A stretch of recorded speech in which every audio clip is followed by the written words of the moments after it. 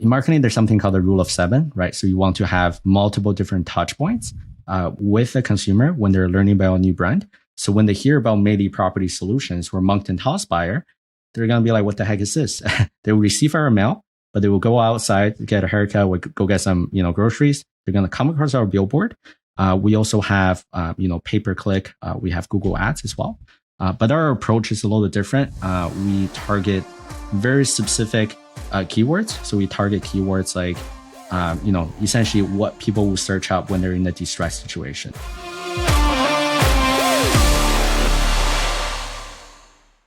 Hey, everybody. Welcome back to the Carrot Cast podcast, where we teach investors and agents how to dominate with evergreen marketing and build businesses of freedom and impact. I'm your host, Brady Winder, and I've got Martin and Lyn with me again for a very special part two. The last episode, we had them on and talked about joint venture deals, how to build buyers lists in really creative ways, and how they're doing business in Canada. And they've got a lot of really awesome gold nuggets in that last episode. So if you missed part one, go back. We talk about their story, how they got into investing, and all sorts of stuff. So go listen to part one. And part two here, we're going to talk about the different marketing channels that Martin and Lyn have tried.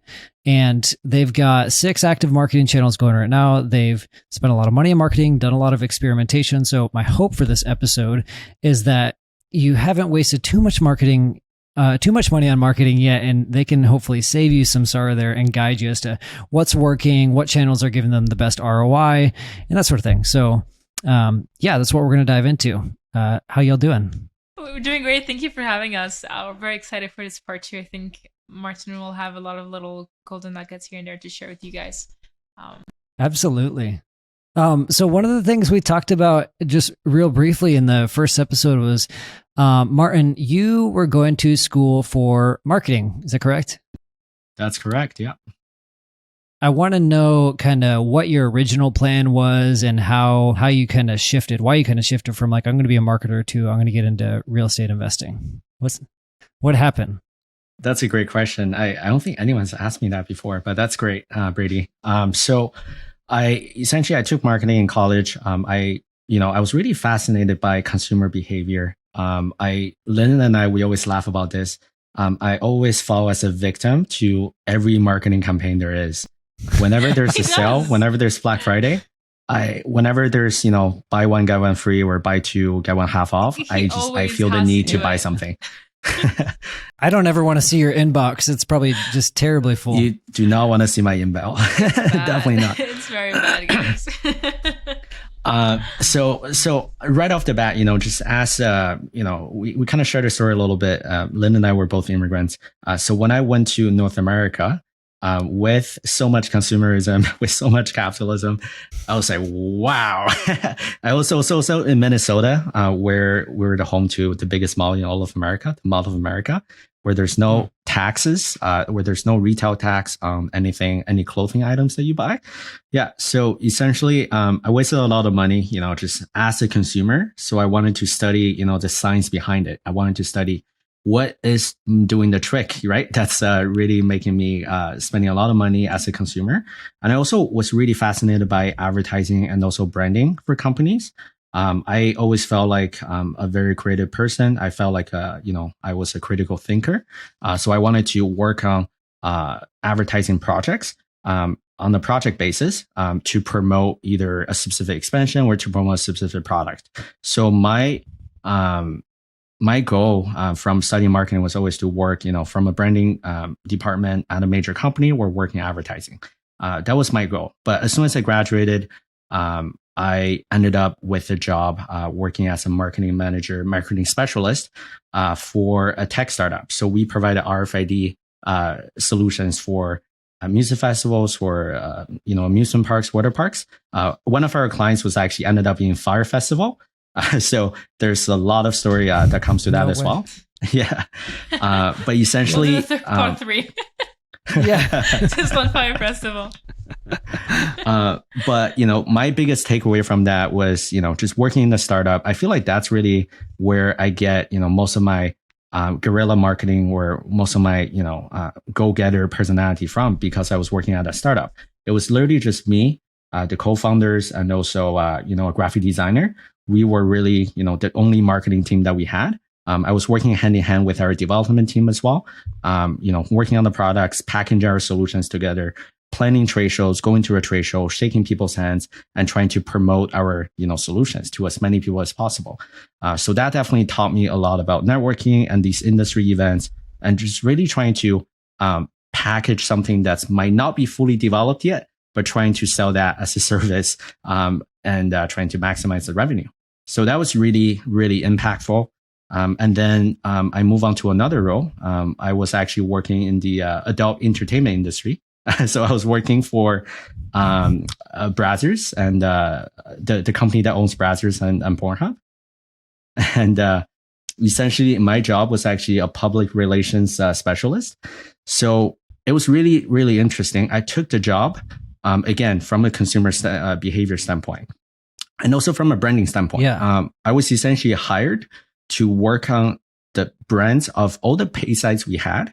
So that's BRRRRs, that's Reality Kings, that's all of these, pay sites within the adult entertainment industry. We're trying to promote these adult entertainment brands in the mainstream media as much as possible, but without showing any explicit content. So that means I had to be extra creative, working around, the regulations and really making sure that, how can we associate our brands to the mainstream media, while, making sure the public can take us, in a very light way. Right. So trying to reduce the stigma as much as possible, and trying to put us more mainstream. It's like, how do you promote porn without showing porn? It's basically the challenge that was in question, is you have to promote it without, explicitly showing any of it. Yeah, this is interesting. And, I would say, oh, hey, audience, hey, everyone listening, this is a deviation from the topic, but it's all marketing psychology. So I want to sit on this one for a second before we get into like paid marketing channels. So it sounds like the motivation there, correct me if I'm wrong, it was a challenge that you wanted to take on, was like, this seems impossible. So what was the motivation there? And like, what does that look like PR for these companies? Like, or you talking to people, is it more relationship building, or is it more like ad placement?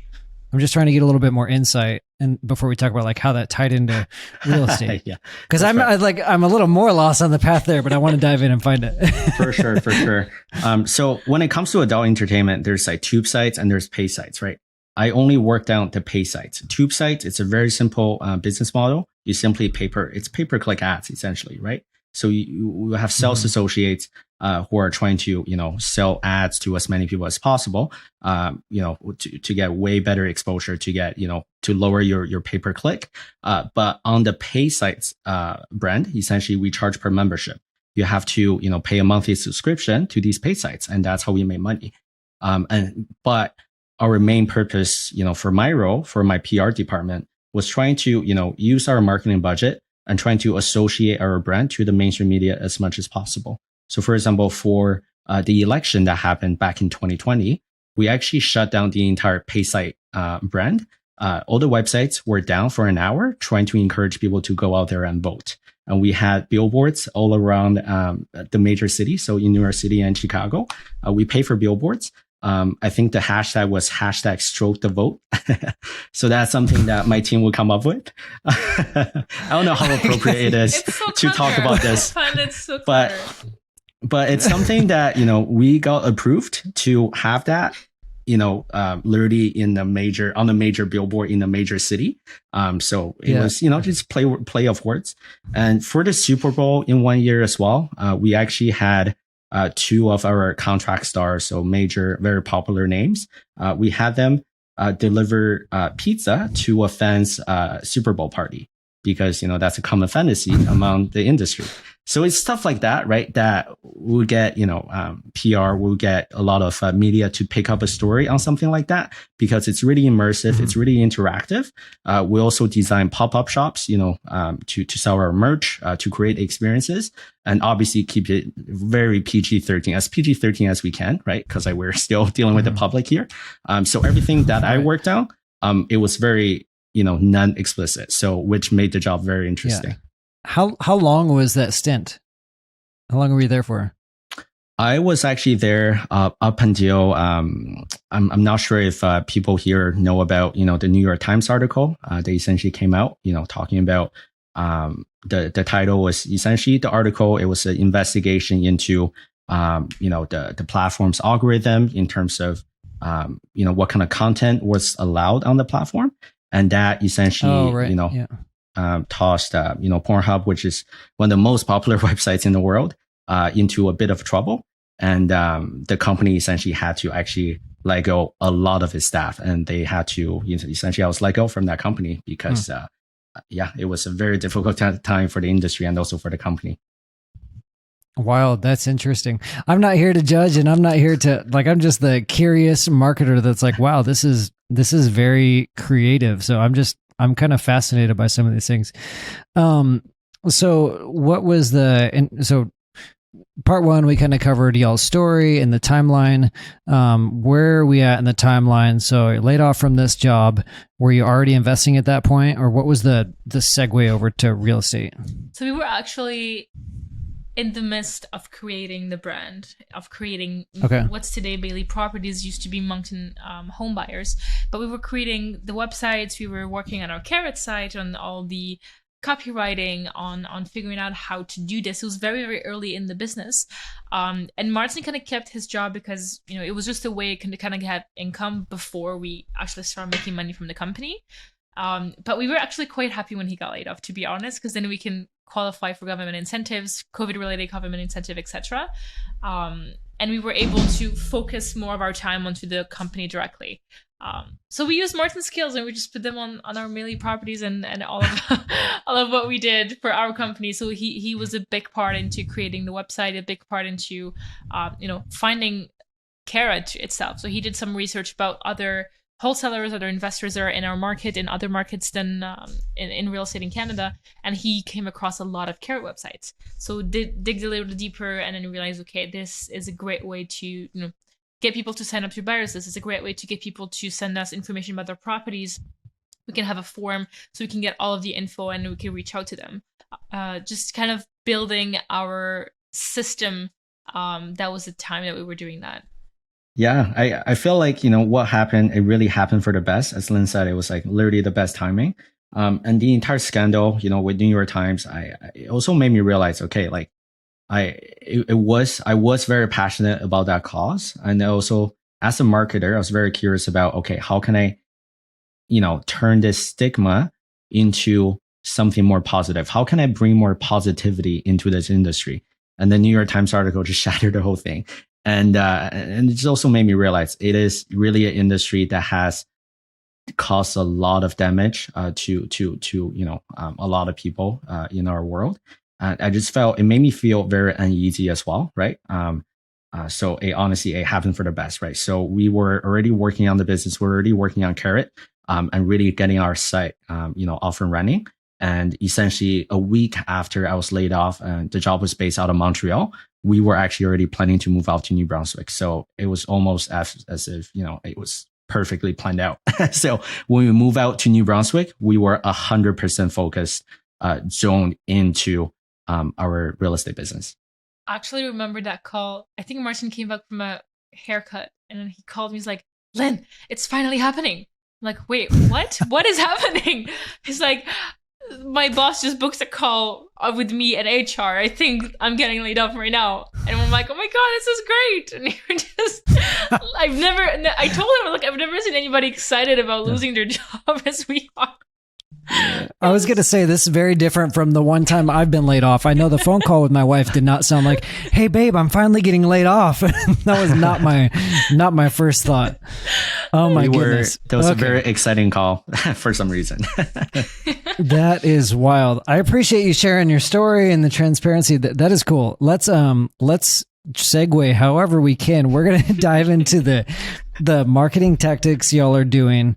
Y'all have spent a lot of money on marketing. You've tried a lot of things. And now, given your story, I'm glad you shared it because the creative guerrilla marketing mindset makes so much more sense.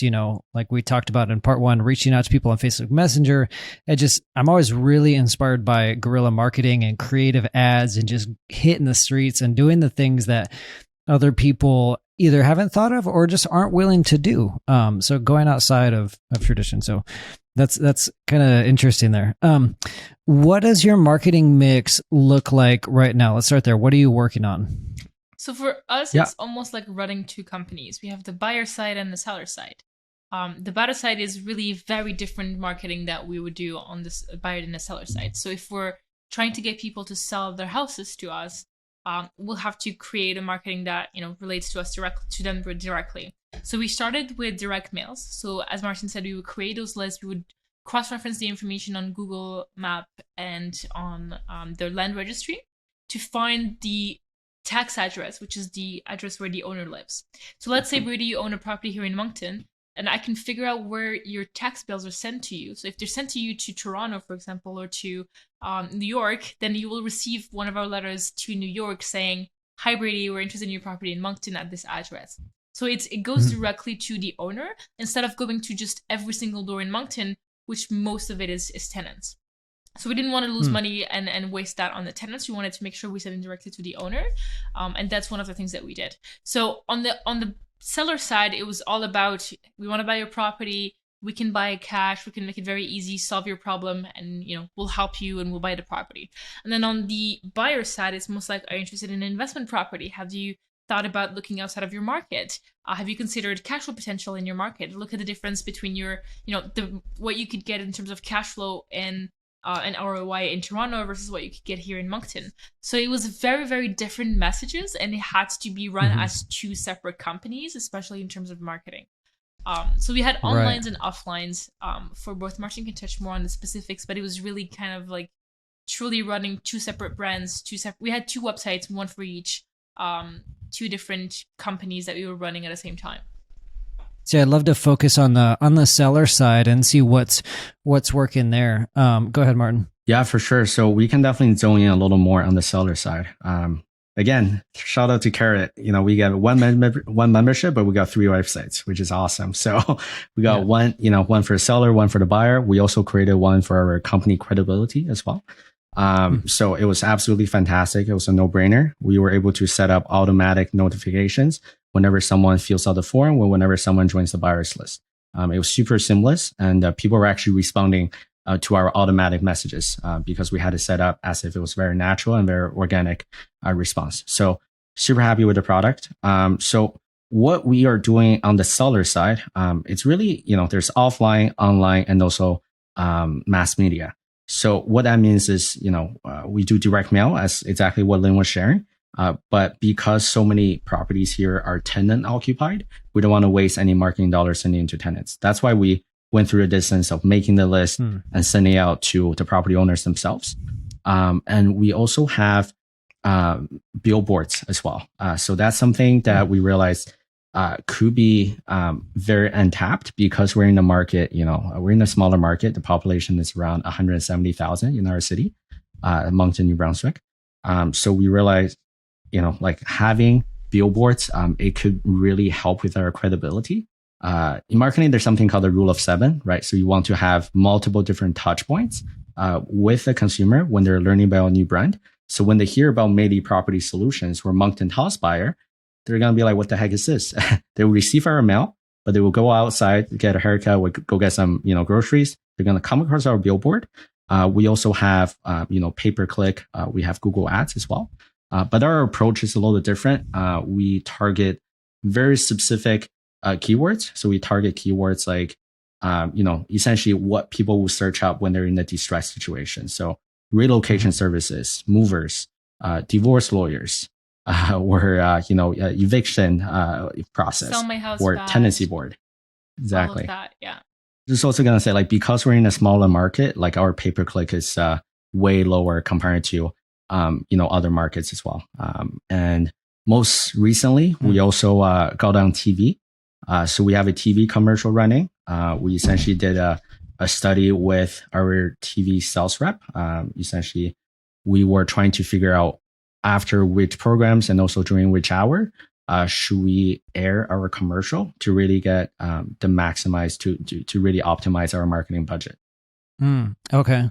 So I want to recap what y'all said real quick, and then we'll dive into these other marketing platforms. So basically what you said is is there's this rule of 7 where, correct me if I'm wrong, I might be mixing two schools of thought here, but is that people have to interact with you on average about 7 times before they make a decision to buy. And this is true across retail, a lot of different industries, is that they need to, recognize that and see you multiple times. They don't just buy off the first thing.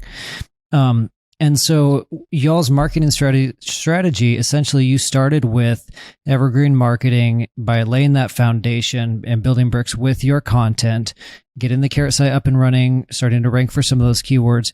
And then you started doing what we teach here at Carrot, is supplementing with paid.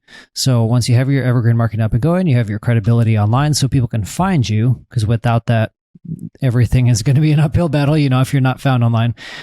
You started adding Google pay-per-click, and then you're optimizing that, making sure you're getting a good cost. Same thing with your direct mail. You're making sure that you're getting a good cost, and you're making sure it's a quality list, so you're not just wasting money on extra mailers.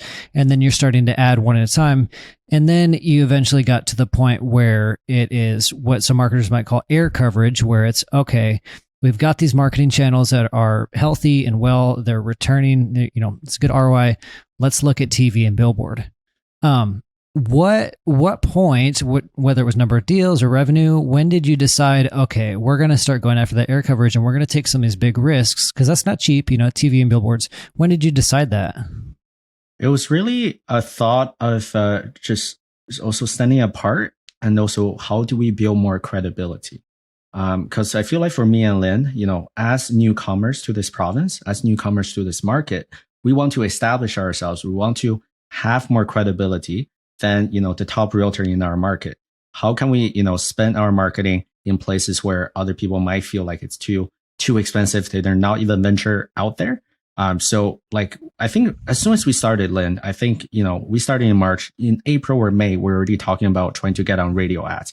We're saying, okay, it will be so awesome if we can get on radio, if we can, talk about our story, we can talk about this as a service, how we can actually help the homeowners, with their properties. Because selling your house, like, retail, that's just not a viable option for everyone.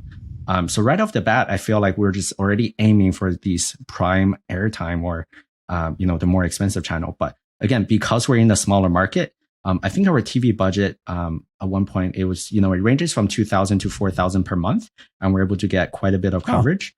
So yeah, it's really very market dependent. Our Google ads, for example, our pay-per-click, it's only about $1.50 or $2 per click, compared to our partners. We're part of 7-Figure Flipping, which is the mastermind we're part of. We talk about these KPIs all the time. They share with us, in Tampa Bay, I think they're paying around $85 pay-per-click. So quite a bit of difference here. I think it's very important to also point out that because it is a smaller city, and that's, where the relevance comes with setting your market and knowing your audience, people relate to different things. So, if you go into a big city, there's billboards everywhere. So it's not like this is what's going to stand out for them, because they see billboards constantly all the time.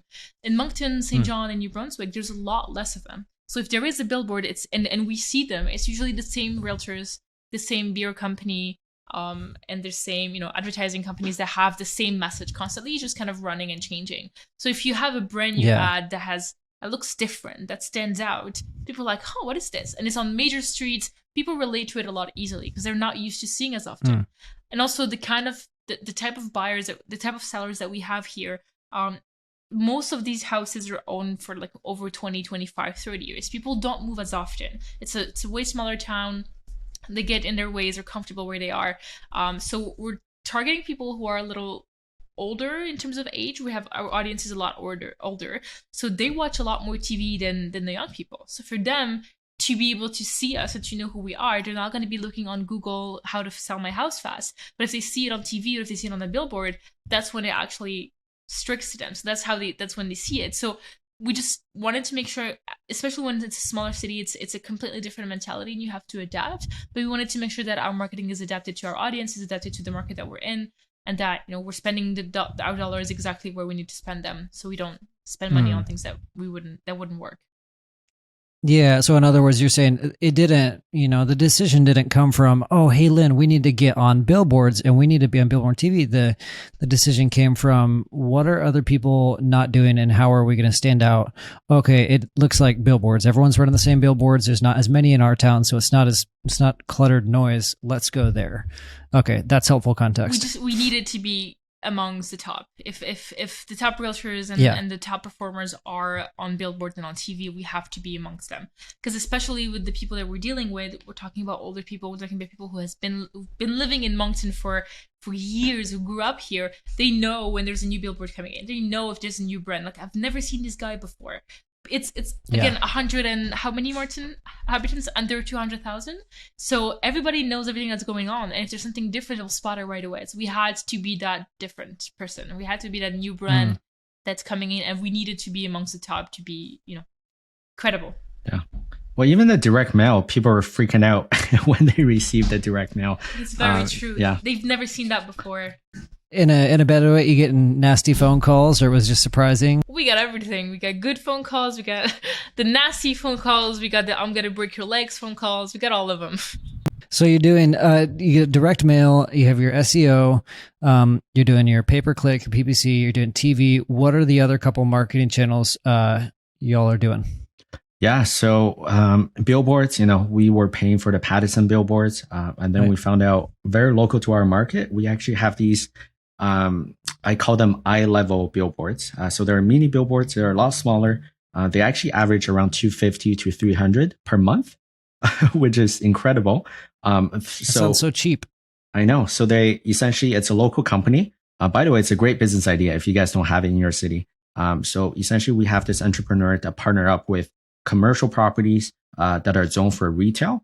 They essentially, just buy a little structure on two sides and they sell ad space, right? So it's a rev share model that they have with the property owners that own the commercial space. And these are probably literally around 7 feet. So very, very short. And, when people are driving into a commercial plaza, the first thing they see is that billboard. I converted quite a bit, according to our CalRail numbers. A lot of people, we actually took a pause on the Pattison billboards because of mini billboards, it's just a lot better return on investment. And also, according to our CalRail, it's performing a lot better than the billboards. Another thing that we do as well, we have two more notable marketing channels. One of them is bandt signs. We have, we obviously so many wholesalers do them. So we've done a lot of market research, trying to come up with like the wittiest, the most eye-catching phrases with the color combinations. I think our top performing one is slow down, but we buy houses fast. I can't really take the credit for it. We definitely took that from one of my Canadian partners in Ontario. That's great. Are these going, I'm guessing, like, please tell me you're putting these in suburbs where it's like, our kids live here, please drive slow. That's right. In people's front yards. We're competing with it. That's funny. Actually, we put them in major intersections, plazas, wherever people would hang out the most when they're driving. And we did something that we really liked is we made sure that the color and the wording looked like the road signs. So it doesn't, you obviously know it's not a road sign when you see it. But the fact that the color and the shape kind of looks like it really catches your eyes, especially as you're driving. Yeah. And you have no other options than to read it. Because if it's just a black and white thing on the road, you're going to pay less attention than if it's bright orange and black, like you can see in different signs, or like the stop sign color. So we wanted to make sure people catches their eye. And it's funny because we didn't know if it would work or not. And then I remember one day when Martin and I were walking, we were driving in Tennessee, I believe, and we saw one of those bandt signs. Same thing, the same color as a sign, and it was home builder trade show. And it was all about like home building, renovations, and things like that. Like, oh, that's interesting. Yeah. We should go check it out. And we realized, wait, Martin, you see what happened? Like, we actually paid attention, and now we're interested because it looked just like that. And then the numbers came to support that theory too, but. It was just really fun to see that it worked, and the fact that it was the same color as the sign really helped getting people's attention. Okay, I want to throw out anybody listening to this. That is I think that's single-handedly like the best bandit sign design I've heard of, and I've seen a lot of bandit signs. If anybody feels like they have a bandit sign that is funny or is working really well, that is crushing it, email it to me, brady@carrot.com, and I want to talk about it on the next podcast episode. We do this thing sometimes called Letters to the Listeners. I want to know if y'all have good bandit signs or some really creative guerrilla marketing like we've talked about today. Email me and let's talk about it. So email me, brady@carrot.com. So we got bandit signs. We got all the other ones we talked about. Let's talk about what's giving you the best ROI right now, top to bottom. What's crushing it? So, Brady, there's just a little more to it, if you don't mind me sharing. Oh, yeah. Just a little more. So there Go ahead, are man. actually two other things that we took a lot of pride in, and that we definitely put a lot of thoughts in. I know. I just by the end of this he's call, a we're marketing gonna come up with another addict. idea. It's so that so that pay site experience coming in. So we have again, just going back to the consumer behavior. What are a distressed homeowners? What are they doing, right? Like we literally wrote down an ideal in marketing. I believe it's called a customer profile or a client profile or a persona, a client persona. So we literally wrote down like what their day look like, what kind of mail they will want to open, what kind of mail they want to toss, what kind of TV programs they want to get on. So because of that, we actually partner up with a money coupon, a local money coupon saver. It's called Direct Mail Money Coupon Savers. And then essentially it brought our cost per piece down quite a bit because we're partnered up with a bunch of other coupons, from local plumbers or local Home Depot or restaurants. So we come in the form of a little flyer, and we're able to target, a lot more zip codes and a lot more addresses at the same time. And the last one that, that definitely was also really interesting that we started doing is because we do flips, we do a lot of bursts. We ended up, we don't just wholesale, we keep a lot of properties. We also flip as well. So whenever our contractors are actually working on the project, when the house is vacant, we actually stick a house sign right in front of it. It looks like a realtor sign. And the message, I believe, is we bought this house, cash as is, no conditions. And with a little QR code that leads to our Carrot website. Yeah. That's right. Oh, that's perfect. Yep. Yeah. I've seen that before. That's a good one. So that's good. It's like the best way to be like, we're actually buying properties. Like here's one that we bought and there's a sign right in front of it. And a lot of people, especially when the inventory was very, very low and there was a lot of demand for housing, people were trying to buy properties. Whenever they see a realtor sign, that's the first thing they do is start calling because they need to secure the property quickly. So it attracted a lot of attention that way too. Just putting it in front of the house, being like, we bought this house. And some people don't even read. They just call us because, hey, I saw a realtor sign in front of this house. Is it for sale? I'm like, no, we just bought it. Right. Did you read the sign? Exactly. Essentially more about that, right? Like essentially one of the properties that we bought, it was in the, a C+ neighborhood.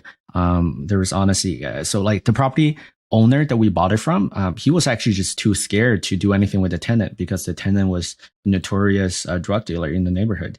And he had people living, coming in and out every single day. We actually got a call after we got the property, from the local police. They were saying, hey, we know you guys own the property. Just to warn you, like we got tips that they're going to come in, throw a party and dismantle the deck tonight. We were like, what? So those are the kind of tenants, that we deal with as, buying off market, solving people's problems. So after we bought that property, after we dealt with the tenant, the sheriffs were involved. They weren't paying rent and they were, doing a lot of illegal activities. In the end, we were able to get them out and we put our, little realtor sign right in front. The local community, they were really just like, they were calling us, they were coming to us. They were actually thanking us, thanking our contractors for doing that for the community. And so that really left a positive association with our brand as well, right? Oh, I love that. That's awesome. Yeah, you're in there, you're changing neighborhoods, you're making an impact, you're helping out your community. That's incredible. So what is one thing I want to mention before we talk about like ROIs is I think my biggest takeaway from hearing you talk about these different marketing channels and your whole mindset in marketing is that the most important thing first, before the tactics, before, measuring the ROI, is understanding your client to the T. And that's reflected in like everything we've had in this conversation where you're talking to buyers and you're interviewing them and you're getting to know their pains, their fears, their desires, what they want, what's their goal, their end game. And the same thing with sellers. And so you know them, and you've gone as far as, well, most people should do, is created avatars for every one of them. You know where they spend their money, you know what they like, you know. Yeah. And so having those avatars, it sounds like that's how, you know, I was surprised at first with how many marketing channels you had, and they're all, you know, positive ROI. But it makes sense now because you know your avatars and they're dialed in. You're not just willy-nilly, you know, throwing money at things saying, hey, did it work? You know, it's a very methodical approach. Yeah. Different than throwing money at the wall. You made that sound really good, Brady. It's smart. It's smart marketing, man. Props to you guys. You guys have earned it. It's creative. So what's working for you? What are your favorite marketing channels? My personal favorite is the direct mail. And correct me, Martin, if I'm wrong, but sending that little letter addressed to somebody, first of all, like, there's their name and address on it. So when you see something addressed to you, you're more inclined to open it and actually read it and pay attention to it. So we send direct mail with the name of the person who owns the property and the tax address where they live, which we get from the registry. And on that, there's a letter for them saying, hi Brady, we're interested in your property at this address. This is who we are. This is what we do. We can buy it fast. No conditions. You don't need to do any renovations. You don't need to evict tenants. We can take care of everything for you. And if you're interested, you can call this phone number. There's a QR code there where you can scan and call us and get some info about our. We'll take them to the Carrot website to get more info about us. That converted a lot of leads, because a lot of the properties here, as we told you, there's a lot of interest from out of province investors, people who are buying these properties here. So a lot of our lists were in either Alberta, Saskatchewan, Toronto, Montreal, Quebec, other provinces and other cities here in Canada. We even had some in the US. We had some people that we had to send letters to the US in order to get their attention, to be like, hey, this property is we're interested in it. And the thing is, if you are out of province, you have unfortunately more chances of being in a distressed situation when it comes to your investment, because you're not there physically. You don't necessarily have the power team. You don't have the network. You're not physically there to take care of it. So that comes with a lot more challenges, and some investors just can't keep up, or some people simply moved away and just can't keep up with the upkeep. So we had a lot of people just calling us like, hey, like, I'm a remote landlord, I hate it, I don't want to do this anymore, so many issues with the property I can't attend to, and I don't have the time to just fly in and out. Can you just like buy it and, you know, solve my problem? So to me, that was my personal favorite. I think there's also, in terms of conversion, Martin can touch more on the numbers, but I think that was also one of the marketing channels that brought in the most leads as well. That's the primary one that we use. I'm just curious, have you ever tested QR code versus a phone number on the direct mail pieces? Like, do you know if they're converting higher by going to the website versus just phone calls? We track the phone numbers on CallRail, so every single marketing channel has a phone number associated to it. And we also have the QR code. Martin, you can probably touch more on the tracking side for the QR codes. I wasn't sure exactly how that one worked. So we tried out different things. Like, we had a QR code that essentially took them to the Carrot form on our seller side. But we also started doing QR code that will send a text directly that's already pre-filled. So, hey, I would like to sell my property at space. So in terms of the actual numbers or a comparison, I wouldn't be able to give you that. But my personal favorite when it comes to conversions, I would definitely say direct mail. It definitely converted, at least the most response, I would say, because we know exactly how many letters we send out, and we have the exact percentage of, okay, how many people actually responded. Some of them could just be yelling at us, right? It could just be screaming at us because we send them a direct mail. But definitely in terms of response rate, that's probably the easiest to track. But when it comes to, looking at our CallRail performance, surprisingly, our TV commercial is consistently in the top 3, every time that we look at it. Although like what we saw is a lot of people are, just simply curious. They just want to call the number to find out more about what we're about. And because of the market, the market that we're in, it adds another layer of a complication. Especially, being in New Brunswick, where most people who are investing here, they're interested in the multifamilies. They're interested in, the multi-unit, either smaller multis or bigger multis. If you come across a single family deal, which is mostly from, TV commercial, we're less likely to be able to assign it, right? It will have to be a flip or it'll have to be, a BRRRR with our JV partners. But now with the market conditions, it's not the best time to be flipping properties. Our ARV has definitely dropped dramatically, just like the rest of the continent. So we're actually in the process of kind of revamping our marketing campaign, trying to tighten it up just a little bit. We're likely gonna, take a pause on everything that we're doing to target the single family homes or the semi-detaches, because right now it's hunting season for investors, but it's hunting season for these multi-family deals, which is usually what our JV investors and also what ourselves we're more interested in keeping. Okay. Yeah, that's valuable insight into talking about. It seems like you're getting a lot of phone calls from the TV leads.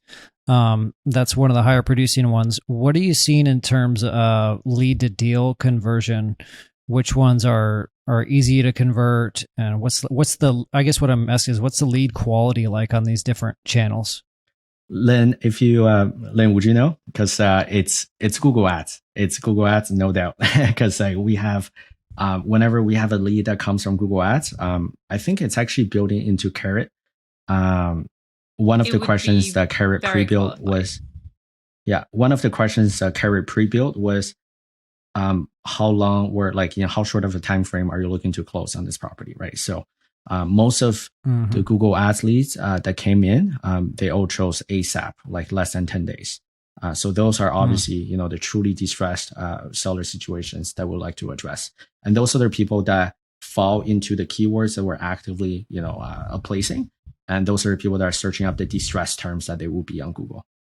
So it brought in less leads, like there was less calls and less people coming in, but whatever lead came through that channel was extremely qualified. It was just a golden lead. I think one of our best ones was Penrose, Martin, if you remember. It was a single semi-detached property in Moncton North. We got it for around $120,000 under the fair market, and it was a turnkey product, nothing to do in it. So we flipped it. We spent probably $1,500 just painting the garage and cleaning up a little bit, and it came with all the furniture and all the personal items. Everything was in the house. So we kind of lived on Airbnb for a little bit. It was beautifully decorated, so it was very, very turnkey. We just bought it 120 under the fair market value, put it on Airbnb for 2-3 months while we did some little renos here and there. Probably spent $1,500 max on that property and just sold it back on the market for $120,000 over what we bought it for. And wow, that's wild. That was an extremely qualified lead because they needed to move yesterday. Like I got a job promotion in London, England. I needed to be there last week. I'm still here. I have to sell this house today with everything in it. No questions asked. I just want cash and I'm out. And so we did. We made it happen. We got a private lender. We closed on it. And then we just sold it back on the market and made $100,000 right that. Wow. So you have your marketing channels that are your air coverage, building credibility, letting people know who you are, like the TV you said. You have people calling saying, who are you? Getting familiar with people. And then you have the ones that are high intent. We're not getting as many leads like PPC, but they're extremely motivated and they're more easily closable. I'm curious on the PPC, and we're about out of time here. We'll start to wrap it up, but I'm curious on the pay per click. Y'all are getting really cheap cost per click compared to people in more competitive markets. Also, in more competitive markets, the time to the speed to lead is crucial. In competitive markets, people are like, if you don't call them in the first minute, you're going to miss out because they might be hitting up the next PPC listing. Do you find that, or is it different because it's a smaller market for you guys? What's that like? The competition was definitely fierce when we started. It was if they're not talking to you, they're talking to somebody else. That was our motto. So it was all about taking every single phone call, talking to them as much as possible. In terms of, I think Martin could probably touch more onto that question. Martin, if you wanted to follow with that. Yeah, so when it comes to PPC, the landing page experience is essentially our career site, which there's a form that takes them to a secondary form with even more information. But as soon as they complete the first form, they have a customized email, auto response, from Carrot, that's coming from my email domain. So our response time is technically under 30 seconds because they will hear from us right away. And then, as they're filling out the page, we'll get an email notification, we'll get a Slack notification. And then if we see that, if this is, within our buying criteria, one of our acquisition managers will reach out right away. So that's usually our workflow. But obviously if it's a deal that's kind of in the middle of nowhere in the province, our response time is probably, we're not going to treat that as much of as a priority. But definitely, in our market, there is some competition, right? They might talk to other realtors. They might, try to list it on Facebook, on Kijiji, or Craigslist themselves. But when it comes to, the experience on PPC with us, it is pretty much automated, right? Thanks to the Carrot integration. So I think I don't think we really missed out on any PPC leads that we wanted to convert, which is great. That's amazing. That's good to hear. That's good to hear y'all aren't wasting that much money on, you're not wasting money on the PPC leads. I got one more question, then I'll toss it over to you guys. If there's anything else you want to share, feel free, but give us maybe like a pie chart, like a high level view of where your marketing dollars are going. I'm just looking for context on, like, for the people who might be wondering, like, when should I start spending money on TV or radio or all these different things? They might be overwhelmed. So I'd like to give them context on, is this just a little bit of cash on the side? What does that look like? I think for someone that's just started, there's still a lot of free marketing channels available out there. Like when we first started Martin and I, we did not have much cash to invest into it. We did all of the possible free marketing possible. So we posted on Facebook Marketplace. We posted on Instagram. We reached out to people directly on Facebook. We had something called Kijiji, which is probably the Craigslist equivalent. So we had ads on Craigslist. We were reaching out to people on Craigslist. I feel like Craigslist probably it's a little less, I don't know, it sounds a little creepy, or I feel like that's where most of the creeps kind of hang out. But Kijiji in Canada doesn't have the same reputation. It's a pretty legit site. Hey, I'm a big Craigslist fan. Craigslist is still alive. I'm still rooting for it. Facebook hasn't killed it yet. But so yeah, we started with all of these free marketing channels, and there's definitely leads there. Like probably our first 4 to 5 properties, we closed them on free marketing, Facebook and all of that. So definitely lots of work we're doing there. It's a lot more personal. People who talk to you will, if you're personable, if you build that relationship, that connection right away, they'll love you and they will want to work with you for you, not because you have the best offer, because they like you the most. So that's the best way to start. But then Martin, you can touch on all of the numbers. Martin's our marketing guy. That's why I don't have much answers on the marketing side, but Martin knows what he's doing. No, that's really helpful. It's helpful to know where to start, and it's encouraging to hear that there's all these free things at your disposal if you have time instead of money. I like that. Yeah. No, I thought just like our progression of how we started, right? Taking advantage of the free channels. We also did a lot of driving for dollars and door knocking. So we literally, that's how we got intel on, who's selling. That's how we got intel on what kind of neighborhood it was. We also just straight up, when knocking on people's doors and ask them, hey, how much rent are you paying for something like this? Because we're trying to get a better understanding of the market rent. Again, this is a brand new city for us, right? We literally had no clue. Yeah. Other than, the price per door. Moved. Yeah, that's right. We also, at the beginning, our Kijiji messaging, we didn't just like do the generic, black and yellow, we buy houses cash. We actually posted a picture of, myself and Lyn. And thanks to Lyn's good looks, and also, we essentially presented ourselves as, we just moved here, and we're this young couple. We're trying to get into real estate investing. We're trying to pick up an income property if you're looking to sell. So, if any of the listeners are in a similar market that might be very community oriented, that might be people oriented, maybe play on that factor a little bit, right? Just try to find a way to stand out. We honestly never really used we buy houses cash fast, except for the bandt designs. Obviously bandt designs, you can't, you gotta have big letters. You can't really be too creative with it other than the wording itself, right? So we can't really throw our picture on there because the bandt design, the size and also the readability from the car, right? Yeah. And everything else is really economy of scale. So I can tell you, briefly just how much we're spending on some of these marketing channels. Obviously the more you spend, the more you commit, the less you spend. But one of the biggest lessons when it comes to direct mail, postcards versus letters. We used to do letters. We will get a print shop to fold them, put them in an envelope, and then send them out. those have way better response rates when it comes to multifamilies. I feel like it probably just looked more professional. We tried out handwritten, we tried out a corporate letter, we tried out, before and after photos, we tried out like the company route. But when, if you're trying to cut costs, like postcards are way cheaper. In our market, we're spending around a third of how much we used to spend on postcards versus, sending out letters. And you can still make them very personal. You can still have the person's name and address on it. It will still be addressed to that person. It's not a folded letter in an envelope, but you don't pay for the envelope, you don't pay for the folding, and you have a smaller surface of printing as well. So you literally cut the cost by 2/3. You pay a third of what you were paying before, which was a game changing for us. Oh, absolutely. So the postcards, roughly, I think we're paying around 47 cents per postcard. These are very, very targeted. We have to pay for actual postage. Again, I know evergreen marketing, you guys have a turnkey solution for investors. I wish you guys service Canada. It's very different up here, right? So 47 cents, that's really as low as I can bring it for the time being per postcard. And we send out around 20 to 25,000 postcards when the market was really hot, right? And that's for postcards. For banded signs, that was every month. My banded signs. I'm sorry. Just it was 20 to 25,000 every month. Yes, every month. And for the banded signs, it's something. Honestly, I definitely feel like we probably ordered too little because we paid around $12 to $15 per banded sign. I've heard my Canadian partners paying only like $4 or $5 because they're ordering thousands at a time.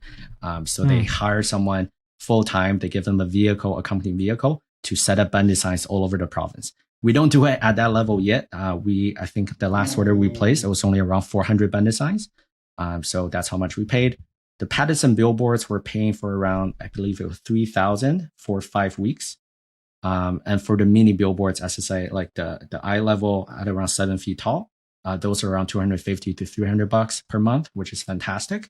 The TV commercial, it's actually very flexible. Even if you have a $2,000 budget versus like a $20,000 budget, your supplier is essentially gonna create a schedule for you, the frequency, and also what kind of programs you want to target. If you're trying to target the 6 p.m. news, obviously you're gonna pay the top price for it. Right. We're paying for a section, Big Bang Theory reruns at around 2 a.m. So, I think we're paying like $80 for something like that every time it airs.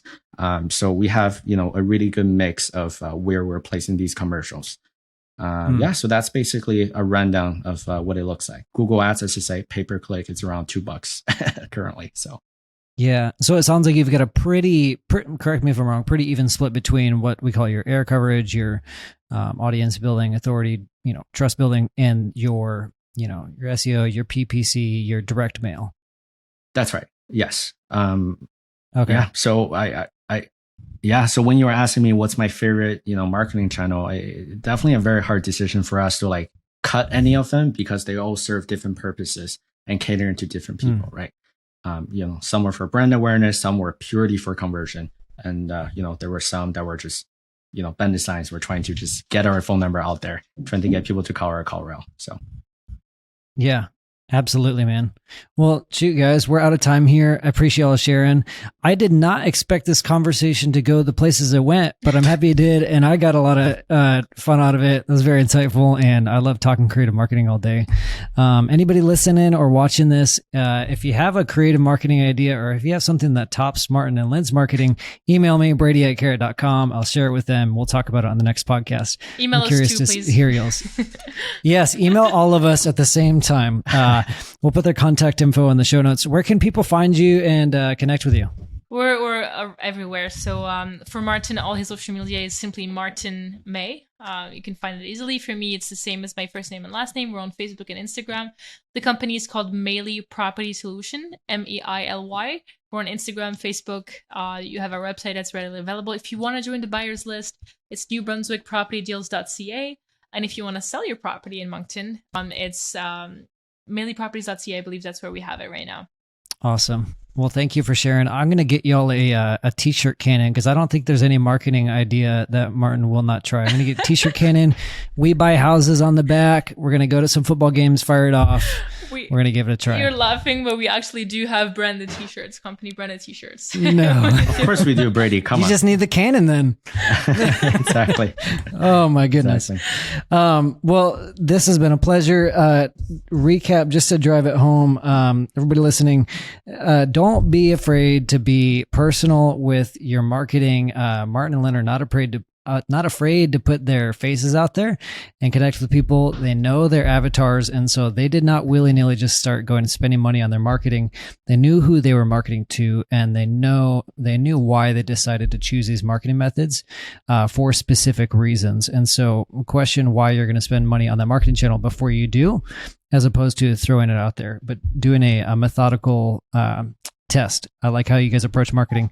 And then don't be afraid to get creative. If you're someone who's not creative, I hate hearing people say this, I'm not creative, I can't come up with these ideas. Connect with Martin and Lyn. Connect with people who are doing these marketing experiments. I'm sure they'd be happy to let you pick their brain and share their ideas. There's so many avenues out there. And then don't be afraid to adapt and slim down. Martin and Lyn are slimming down with their team and some of their marketing channels. And don't be afraid to adapt as needed. So if I can add, go ahead. Add one more thing. Martin and I are actually expanding, and we're moving down to the US. So we're going to start investing in the US. We're going to be located in Texas mainly. So if anybody is, looking to invest in real estate or just want to talk real estate in the US, we still have a lot to learn about it. So we'll be happy to just connect with you guys and just chat. Where at in Texas? We're going to be in Dallas. Dallas. Okay, we got home. This is going to be home base. Yeah. This is going to be home base, but we're going to be investing all over the country. Absolutely. We got the home buying guys in Dallas. They've been on the podcast before. We'll have to connect you with them. There's a lot of Carrot members in Dallas. Yeah, awesome. We'd love to. Great. Well, thank you all again so much for sharing. Everybody listening, hope you enjoyed this episode. If you did, leave us a review on Apple Podcasts. Drop us a comment on the YouTube video, and we appreciate you, and we will see you next time.